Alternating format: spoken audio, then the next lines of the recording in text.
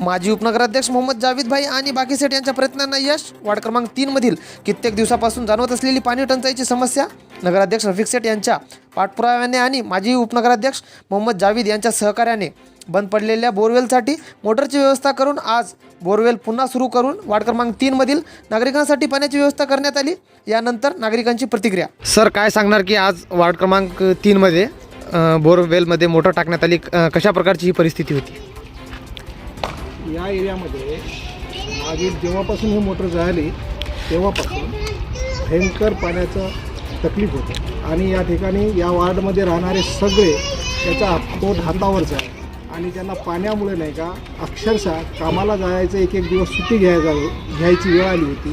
त्यांनी नाही का पाण्यासाठी एक दिवस सुट्टी काढून पाणी भरत होते. म्हणून नाही का त्यांचा एक दिवसाचा 1000 रुपयाचा 2000 रुपयाची मजुरी बुडत होती.